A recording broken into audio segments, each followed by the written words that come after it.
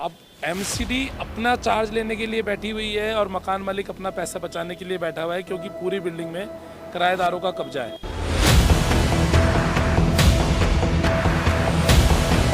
और इस मंदिर के अंदर महीने में 2-3 धार्मिक प्रोग्राम भी होते हैं, जिनमें 400, 500 आदमी इकट्ठे होते हैं। और ये हर समय एक दहशत का प्रोग्राम है। ये कभी भी गिर गई बिल्डिंग तो बहुत बड़ा हादसा होता है।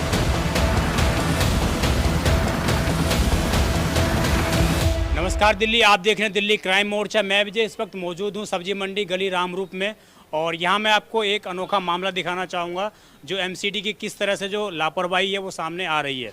आपको सीधा तौर पे अब मैं कहूँगा एक बार कैमरा इधर फोकस करें, जहाँ पर ये नोटिस लगा हुआ है एमसीडी की तरफ से।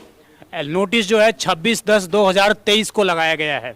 लोगों के द्वारा ये बताया जा रहा है कि ये जो है तीसरा या चौथा नोटिस है इस तरह का। इस बिल्डिंग को जर्जर व्यवस्था में एमसीडी ने घोषित कर दिया है। उसके बाद भी यहाँ पर कमर्शियल एक्टिविटी हो रही है। इसके अंदर दुकानें खुली हुई हैं। अभी कल ही जो न्यूज़ आई थी मलकागंज में, जो जिस तरह से एक बिल्डिंग गिरी थी और उसमें एक व्यक्ति की मृत्यु हो गई थी, उसके बाद भी अभी तक एमसीडी जो है नहीं जागी है। और एमसीडी जितने भी ऐसा खबर आ रही है सामने कि इस इलाके में कम से कम 30 से 35 बिल्डिंगों को एमसीडी ने चिन्हित कर रखा कि वो इलीगल तरीके से चल रही हैं। उसके बाद भी उन बिल्डिंगों को इसी तरह की कमर्शियल एक्टिविटी उनके अंदर चल रही है, और शायद एमसीडी किसी बड़ी दुर्घटना का इंतजार कर रही है।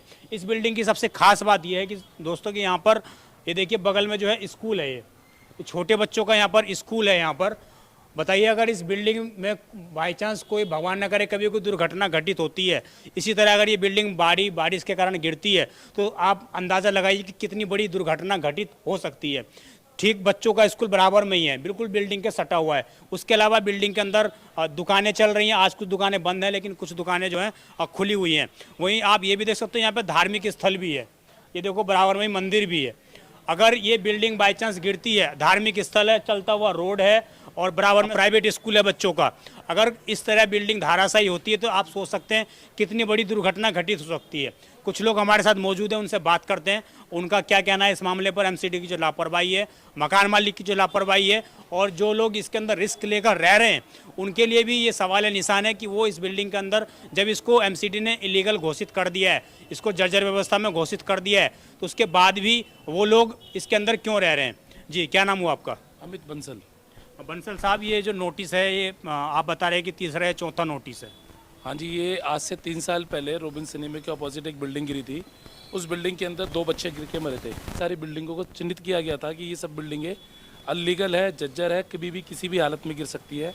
और इस बिल्डिंग की तकरीबन छत भी जो है ना गिरी पड़ी है। जो इसके अंदर 8-10 दुकानें हैं, कुछ 3 दुकानें हमारे इधर की तरफ है, 3-4-5 दुकानें फ्रंट की तरफ है। उन लोगों ने दुकान के अंदर पाइप लगा रखे ताकि किसी भी वजह से ऊपर पानी इकट्ठा ना हो और वो पानी बाहर निकलता रहे।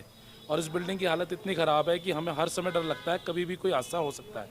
इस गली के अंदर, गली रामरूप के अंदर तकरीबन 100 परिवार रहते हैं, जो हर समय बच्चे आना जाना निकलना बढ़ना लगा रहता है।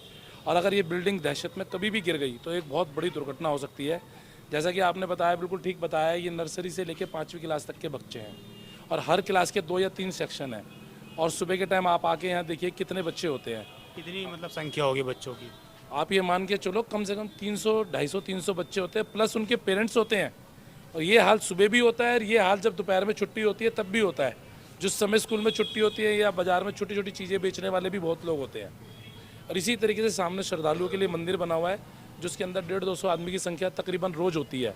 और इस मंदिर के अंदर महीने में 2-3 धार्मिक प्रोग्राम भी होते हैं, जिनमें 400, 500 आदमी इकट्ठे होते हैं।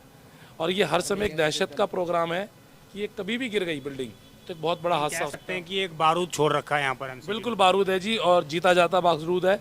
अगर आप चाहे तो उसका तारा खुलवा के ऊपर सर्वे करवा लेंगे तो शायद आप 2 सीढ़ी चढ़ने के बाद चढ़ेंगे भी नहीं, इतनी बुरी हालत है बिल्डिंग की। जितनी दुकानें हैं तकरीबन सभी की छत डैमेज है। ये जो आज दुकानें बंद हैं उनका रीज़न भी यही है कि कहीं आके इनकी छतें चेक ना हो जाए। इसी तौर से जिस तरह से आप देख सकते हैं लगभग ये 15 से 20 फुट की गली होगी। और यहाँ पर ये लोग बता रहे हैं कि दोपहर के वक्त, सुबह के वक्त काफ़ी भीड़ यहाँ पर इकट्ठा होती है बच्चों को लेने के लिए और ले जाने के लिए। मंदिर में कई प्रोग्राम होते हैं और उसके बाद भी एमसीडी अगर इस पर कोई कार्रवाई नहीं कर रही है।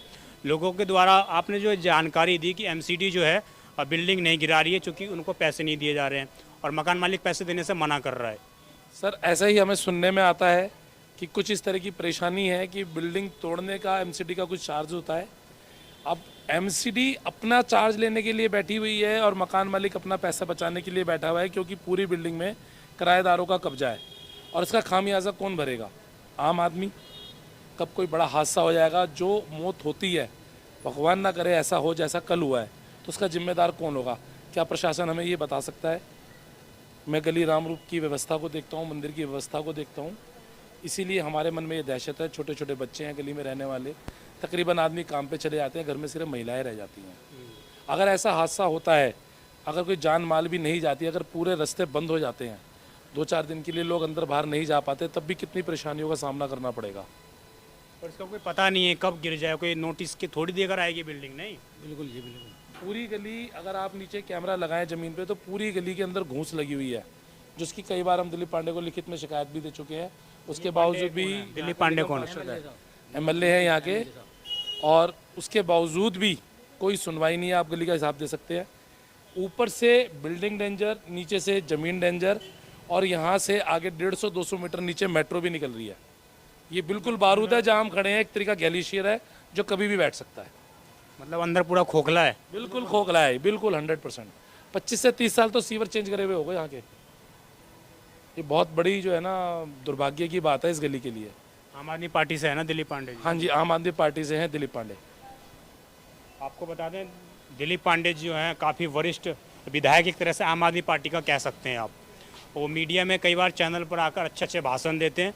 अगर इस बिल्डिंग को इलीगल एमसीडी की तरफ से घोषित किया गया है, मालिक पैसे नहीं दे रहे, तो एमसीडी को ज़बरदस्ती इस पर कार्रवाई करनी चाहिए, क्योंकि जाल माल का नुकसान होना सरकार के अंतर्गत आता है कि सरकार उस व्यवस्था को रोके और किसी तरह की पब्लिक को डिस्टर्बेंस ना हो, इसकी व्यवस्था की जाए।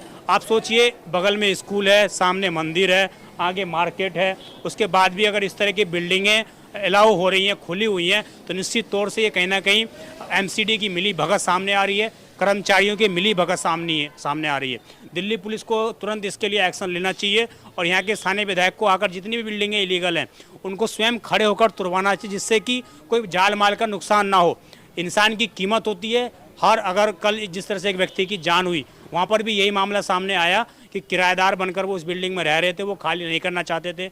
एमसीडी ने बिल्डिंग गिराई थी, परंतु एक ही बिल्डिंग वो गिरा पाई और बाकी का उन्होंने मलबा उसी के ऊपर छोड़ दिया, जिसके कारण कल इतनी बड़ी दुर्घटना घटित हुई मलकागंज उसके अंदर।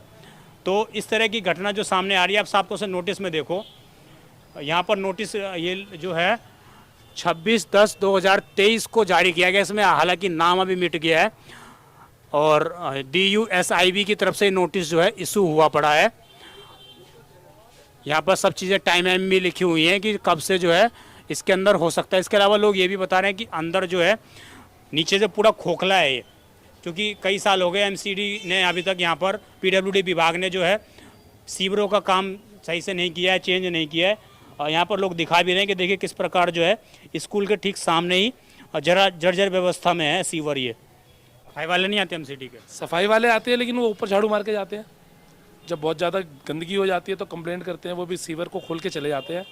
बदलने की या गली को मजबूत करने की कोई व्यवस्था अभी तक नहीं है। और अभी तो हम गली के बाहर खड़े हैं, अगर आप दोनों तरफ की गलियों के अंदर राउंड लगाएंगे तो आपको खुद नज़र आएगा कि किस तरह की व्यवस्था में हम लोग रह रहे हैं। मकान मालिक की जानकारी है आप लोगों के पास? ये मकान मालिक आज सुनने में आया था कि आया हुआ है, कि चांदनी चौक का है, इसकी जानकारी हमारे पास नहीं है। निश्चित रूप से ऐसे जो मकान मालिक हैं ना, उनके ऊपर भी कार्रवाई होनी चाहिए, क्योंकि उन्होंने दिल्ली के अंदर ऐसे खुले बारूद छोड़ रखे हैं जिससे कोई बड़ी दुर्घटना हो और लोगों की मृत्यु हो। अगर उनके परमिशन के अंदर ही ये सारी दुकानें चल रही हैं, कमर्शियल दुकानें चल रही हैं, उसमें कुछ ना कोई 2 या 4 लोग मौजूद ही रहते हैं, किसी भी वक्त घटना हो सकती है बड़ी। और दिल्ली में इन दिनों लगातार बिल्डिंगें गिर रही हैं, कभी अंडरग्राउंड में पानी भर रहा है, उसके बाद भी अगर इस तरह की बिल्डिंगें चल रही हैं दिल्ली में, तो निश्चित रूप से एमसीडी पर कहीं ना कहीं सवाल या निशान तो उठता है कि हमारा प्रशासन कितनी गहरी नींद में सोया हुआ है। वो किसी न किसी दुर्घटना का हमेशा इंतजार करता रहता है, जिसके कारण पब्लिक को कहीं ना कहीं अपनी जान हथेली पर लेकर दिल्ली के अंदर रहना पड़ रहा है। निश्चित रूप से अगर दिल्ली को बारूद बनाने के पीछे कोई बहुत बड़ा हाथ है तो निश्चित रूप से वो एमसीडी का हाथ है और एमसीडी को इसके लिए जवाबदेही तय करनी चाहिए।